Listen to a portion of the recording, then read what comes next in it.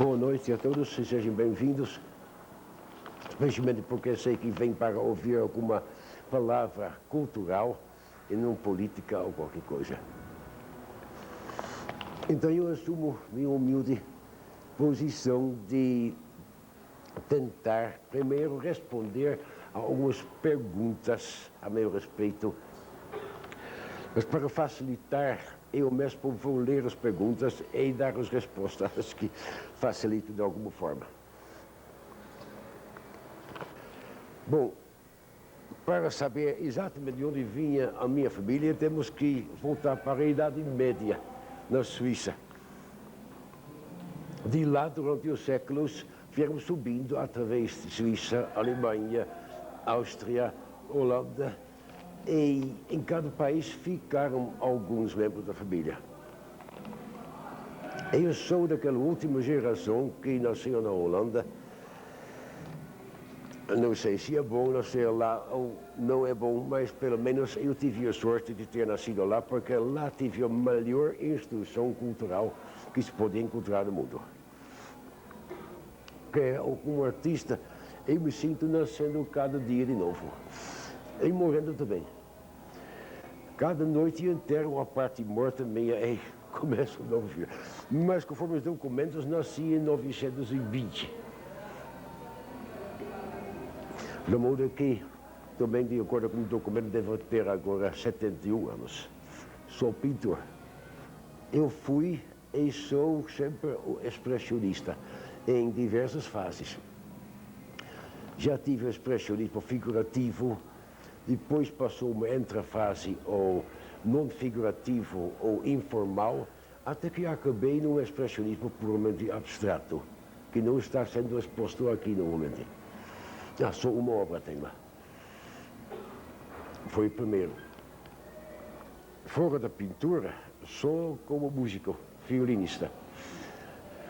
E fui violinista numa orquestra sinfônica. Também toquei numa orquestra de ciganos, etc. Até que perdi na minha mão esquerda o tato fino, de modo que não podia mais tocar o instrumento. De modo que me dediquei só e totalmente à pintura. Eu não escolhi, São José dos Campos me escolheu. As autoridades daqui, uns 30 anos atrás, vieram me buscar em São Paulo para criar aqui uma escola de belas artes, etc, etc. De modo que atendi ao pedido e vim residir aqui. Também tive muita sorte em ter aceito, porque me dei muito bem nessa cidade. O São José dos Campos de 30 anos atrás não tem nada de comparar com o atual, porque era uma cidadezinha que era de coração, de características e de costumes totalmente de uma aldeia grande. Agora, a alma da cidade já é metropolitana. Só que as pessoas que viviam naquele tempo, alguns estão continuando na política e nas artes ainda. São os sobreviventes daquela antiga aldeia. Também a mentalidade era mais de uma autêntica cidadezinha da província, que agora não tem mais. O artista é alguém que não escolhe uma profissão, que praticamente já nasce, pelo menos quando é pequeno, ele já sente uma vocação, um desejo de seguir um certo caminho de arte, pintura ou música ou literatura, etc. Eu, por exemplo, eu senti esta vocação, acho que tinha uns 3 anos. Vou lhe contar como aconteceu isto. Eu nasci muito fraco. Só aprendi a andar aos 5 anos. Até 5 anos fiquei na minha caminha. E minha caminha estava na sala para ter contato. Eu me lembro de bem na frente da minha cama, tinha 2 gravuras grandes, coloridas, de quadros impressionistas, florestas. Eu fiquei sempre olhando de longe. Como será que chegou esta coisa lá? Não sabia que era um quadro, que era uma fotografia, não sabia nada. E uma vez meu pai entrou e disse: pai, o que são essas coisas? Eu disse: filho, essas são fotos coloridas de quadros. Eu disse, o que é um quadro? Um quadro é uma pintura. Mas o que é pintura, pai? Porque não quer me pegar nos seus braços, levar perto. Então me levou para lá, me levantou. Aí começou. E não vi mais árvores, eu vi pinceladas. Disse, pai, quem é que faz quadros? É um pintor, filho, que usa pincel e tintas e tudo. Me explicou o que era isto. Então, tendo 3 anos, falei para meu pai, pai, eu vou crescer, então eu vou ser pintor. E meu pai, feliz da vida, disse, mas que dádiva de Deus, vou ter um filho que vai ser pintor.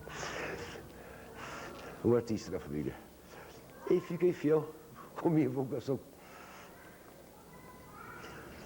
Quando eu tinha mais ou menos 6 anos, eu já pintei meu primeiro quadro, mas nunca desenhei esses desenhos tipicamente de criança.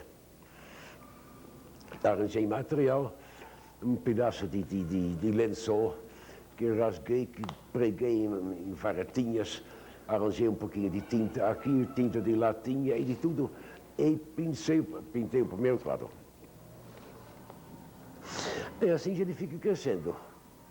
Famílias, amigos dos pais que vêm vendo, que falam de arte. Então cresceu aquela febre de ser pintor. Me lembro de uma vez que ganhei da minha mãe um dinheirinho, era 5 cents. E fui passear perto da casa, vi uma loja que tinha material de pintura. Não entendia de nada. E tinha uma fila de pincéis bonitos na vitrine. Agora todo mundo sabe que cada largura de pincel tem um número. Eu não sabia. Num pincel bonito tinha número 5. Ah, eu pensei que fosse o preço. Eu entrei. Eu disse, quero este pincel. Eu me peguei, pus 5 cents. Não, esta custa tantos florins, tudo. Disse, mas tem 5, olha. Isso é o número, rapaz. Disse, eu não sei, mas eu preciso de um pincel. Disse, olha, espera um pouquinho. Você quer ser pintor? Disse, sim, eu vou ser pintor. Eu acredito. Mas eu acho que eu me enganei. Essa pincel é 5 cents mesmo. Me deu, eu peguei os 5 cents. Eu feliz, o mais rico do mundo, com este pincel autêntico para casa e fui pintando de novo. E assim, durante os anos, a gente conhece gente que conhece um pintor. Eu tenho um pintor que eu falo outra coisa. Eu comecei a desenhar sozinho. Quando eu chegou a idade de me inscrever na Escola de Belas Artes, veio um problema. Requer um mês, a gente tem que se matricular para o vestibular que leva um mês. É obrigatório para todo mundo. Nunca houve uma dispensa deste vestibular de um mês. Agora, eu fui para lá, para o dia de matrícula. De submeter ao exame dos desenhos que a gente tinha que levar. Lá estavam todos os professores e diretores, uma mesa enorme. O primeiro recebeu os desenhos, examinou, passou para o outro. Quando era a minha vez, entreguei os desenhos e o primeiro professor fiquei demorando. E o outro já impaciente, quis dizer, aqui, veja. Até que chegou no meio, que era diretor. Ele veio bem e passou. Ele disse, você é Gutlich, sim. Você está matriculado até dispensado do vestibular. Já está matriculado. Primeira vez na história. E não compreendia bem, mas já estava contente que fui aceito. E quando entrei então nas aulas, eu já tive várias professoras. E justamente aquele professor que me escolheu, virou o meu professor que mais me detestava. Todo professor. Eu adorando ele. Mas apesar de ele ter me detestado, ele me chutado para fora várias vezes, eu devo sempre dizer que foi a ele que devo tudo o que aprendi. com todo o rigor, toda a amargura que esse homem tinha. Muitos anos depois, faz alguns anos, eu estive uns dias na Holanda, na minha terra natal. Eu pensei em que ele estava vivo ainda. Então fui visitar o meu velho professor, morava ainda no mesmo bairro, na mesma casa, os mesmos móveis, não mudou nada. Eu já percorri o mundo, eu já vivi de ciganos até o Palácio da Rainha, tudo. Sua vida não mudou nada. Ele disse, nossa, mas quantos anos que é isto? Eles são mais de 40 anos. Sabe que você, de todos os alunos que tive, é o único que jamais me procurou de novo. Eu disse, o senhor foi o que mais me detestava de todos os seus alunos. Já desde as primeiras pinturas, sem ter visto algum quadro, já estava no estilo impressionismo. Todos os tipos de arte formam uma unidade. Pintura, música, literatura, poesia, arquitetura. Todas as artes pertencem ao mesmo ideal, só de uma outra forma. No modo aqui de música e de literatura, especialmente, claro que um artista que é um ser muito sensível, que vive para receber, absorve a beleza e a sutileza daquelas obras. Sendo arquitetura ou literatura ou uma sinfonia de Bach, a mesma coisa.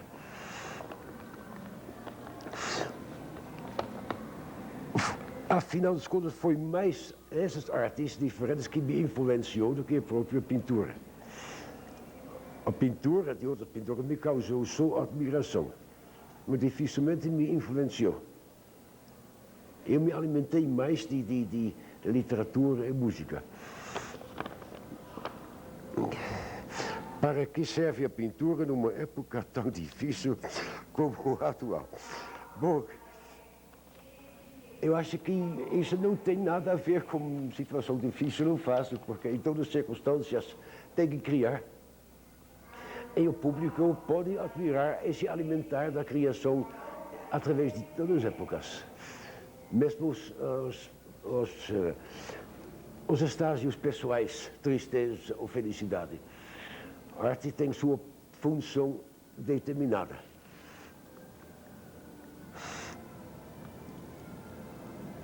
Além das telas, quais os elementos que compõem a vida do pintor? As outras artes, persistência, muito amor pelo trabalho e pelo próximo, pela humanidade, pela natureza.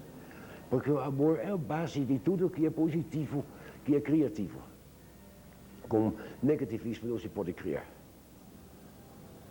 É o melhor material que o mundo pode oferecer. Talento, melhor material, boa instrução, muito amor pelos outros, amor pela própria pintura, pela pintura dos colegas e amor pelas outras artes. Então, basicamente, o amor que é a base de todas as artes, porque é o mais positivo de tudo. Talvez como exceção na regra, eu nunca pedi uma exposição. Não? Sempre fui convidado, desde minha primeira, quando eu tinha uns 22 anos. Sempre foi bem compensado. Também os resultados da exposição, a reação do público, me deu o máximo prazer sempre. Até agora, este é o último por enquanto. Qual o pintor preferido, o mais marcante na sua trajetória artística? Bom, podemos seguir a história. Vamos começar pelo fim da Idade Média. O Lucas van Leyden, por exemplo, e Dürer. Não tanto o Michelangelo, mais o Da Vinci. Depois do século XVI, XVII, como Rembrandt, Vermeer, Frans Hals, do impressionistas também Monet e dos últimos, Toulouse-Lautrec.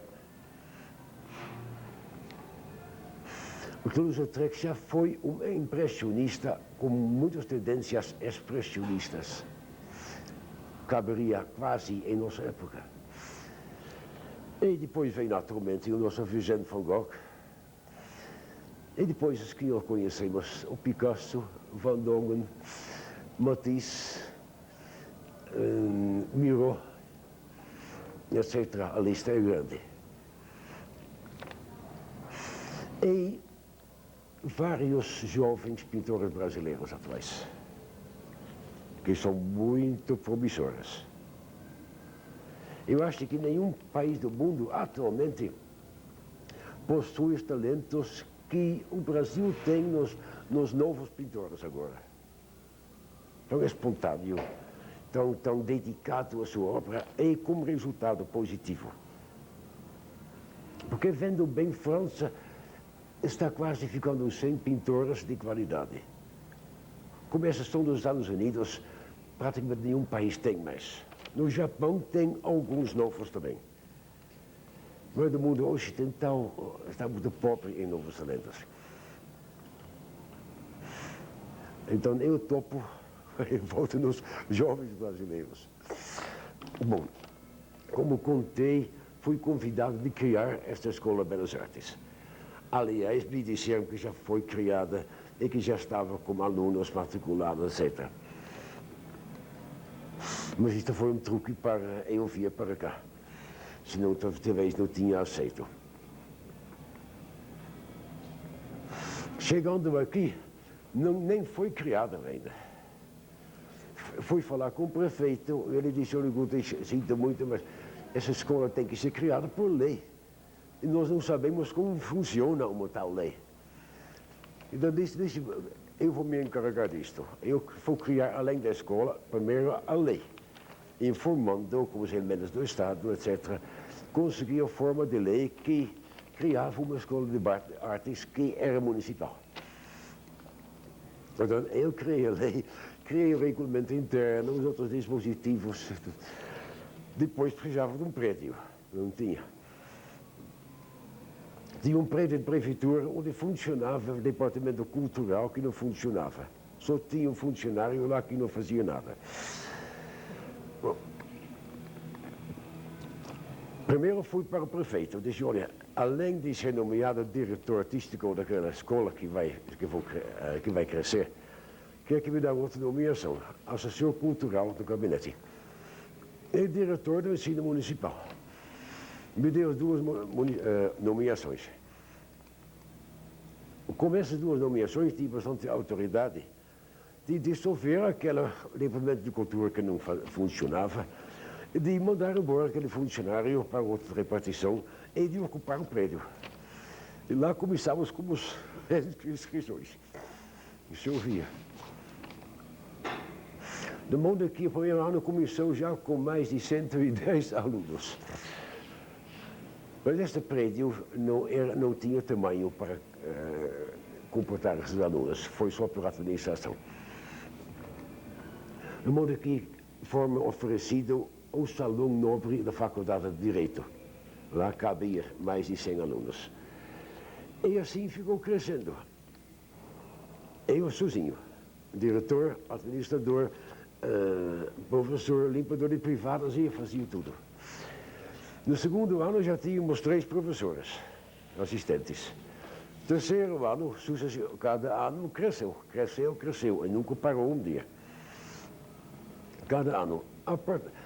De modo que depois de 3 anos já tínhamos um quadro de professores completo, com 13 professores. Até para pedagogia artística, desenho, didática e qualquer coisa. Filosofia da arte, história da arte, anatomia, e não faltava mais ninguém.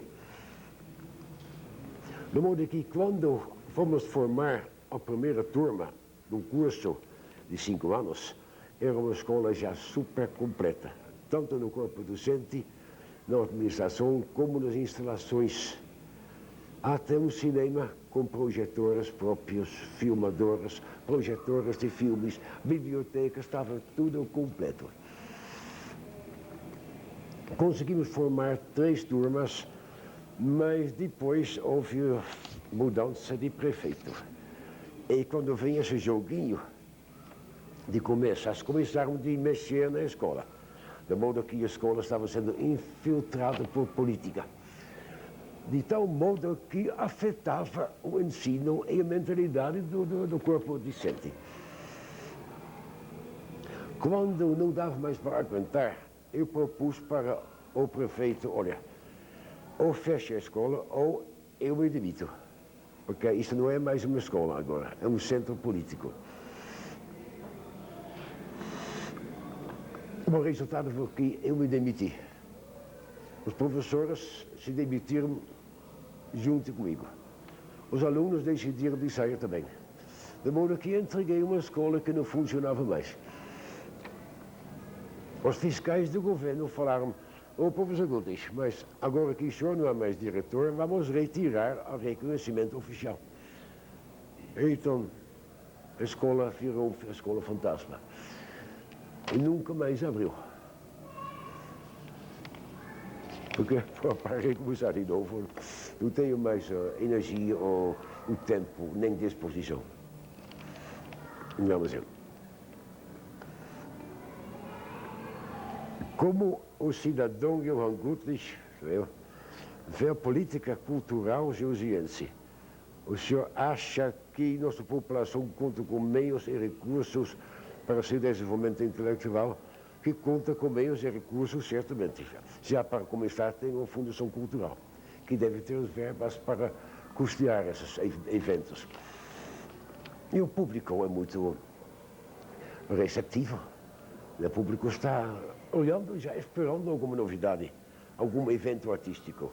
De modo que o comércio está muito bem, está bem plantado, com um pessoal que é competente e idealista. Não é, Priscila?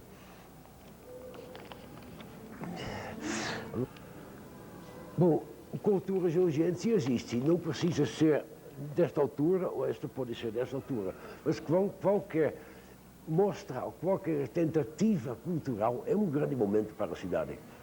Afinal de contas, São Paulo também começou assim. Nova York também começou. Houve um tempo aqui em Nova York e em Paris também eram cidades mais primitivas, que surgiram os primeiros artistas, amadores talvez. Assim, vamos ver no futuro, com esperança a gente vai ver. Eu já fui casado 3 vezes. As 3 esposas faleceram. Agora dentro breve vou casar de novo. Interessante, quem me conhece me descobriu que com cada esposa eu mudo de estilo. Agora também essa nova fase branca é que faz 1 ano e meio atrás conheci uma outra mulher que me inspirou muito e que vai ser minha esposa. E as duas são nascidas em São José dos Campos, então de tal modo a cidade me inspirou através de 2 mulheres que me deixaram feliz. Numa cidade, isso é não falar de política, mas 2 mulheres em São José dos Campos. É pitoresco essa explicação, né? E os meus filhos, o Jorge e o Rudolf, e os amigos que fiz aqui. Amigos sustentam também o artista, moralmente. Eu costumo trabalhar dia e noite, mas quando estou com problemas ou inquieto, por exemplo, não toco no pincel. Só quando estou em completa tranquilidade e paz de espírito. Porque pintar é uma enorme responsabilidade. A gente expressa, sem querer, em cada pincelada, o estado espiritual. E o público sente isto. Mesmo que não entendem, eles sentem alguma coisa que não devia estar lá. Qual seria, na sua opinião, o maior pintor brasileiro? Bom, eu tenho 3. Portinari, de Cavalcante, e o terceiro que poucos conhecem, que faleceu alguns anos atrás, o Paulo Chaves, de São Paulo. Um homem pouco reconhecido, mas, em minha opinião, ele foi muito grande. Foi muito reconhecido em Paris, nunca compreendi porque ele largou Paris, para ser esquecido aqui. Paulo Chaves. Bom, eu gostava sempre de errar nas horas vagas e nas férias. Eu saí andando em quilômetros, em centenas de quilômetros, como aventureiro. A gente conhecia lugares diferentes e desconhecidos. Uma vez eu estava assim num passeio bem longe de lá, que deparei com uma leva de ciganos. E numa das carroças eu ouvi alguém tocando violino. Eu fiquei parado, escutando. De repente, alguém abriu a cortina e me chamou. Cheguei lá e me deu o violino dele nas minhas mãos. Ele disse, toca. Mas como você sabe se eu toco violino? Ah, a gente sente isso, nós sentimos. Então eu tinha que tocar e me convidaram de ficar com eles. Então eu fiquei 1 ano e meio com eles. Fomos da Holanda, através de França, para a Espanha, de Espanha de volta. Assim. Foi uma vida de experiências muito ricas. Diferente de todas as outras experiências que um turista tem. A minha chegada no Brasil foi também muito importante. Porque naquele tempo, o Brasil, a América do Sul inteira, aliás, foi considerado no mundo inteiro como um país muito primitivo, muito selvagem, país de pistoleiros, etc. De modo que ninguém praticamente teria vontade de conhecer esse país. Eu já estava indo, me preparando para uma migração para Nova York. Fui convidado para Nova York de expor lá e de ficar lá.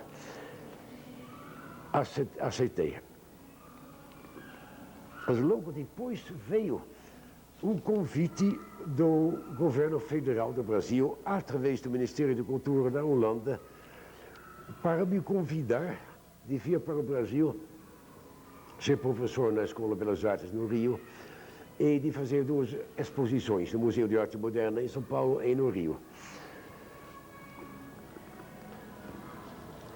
Eu hesitava ainda, porque estava me preparando para Nova York. Mas foi a minha segunda mulher que disse, uma terra nova, porque não ia conhecê-la. Você que é tão pioneiro em tudo, porque não aceita isto. Se não gostar, volta. Aceitei. Agora, uma coisa estranha, o Brasil era naquele tempo, 40 anos atrás, muito primitivo. Me lembro que a polícia andava descalça até. Em roupa velha. Só claro que era da polícia, mas pelo resto não tinha roupa. A alfândega, a maioria dos funcionários da alfândega não sabia ler ou escrever, tudo analfabeta. Pegava os documentos, ponta cabeça e gritava qualquer coisa. Mas eu cheguei aqui, não se assuste, com 10 metros cúbicos de quadros encaixotados.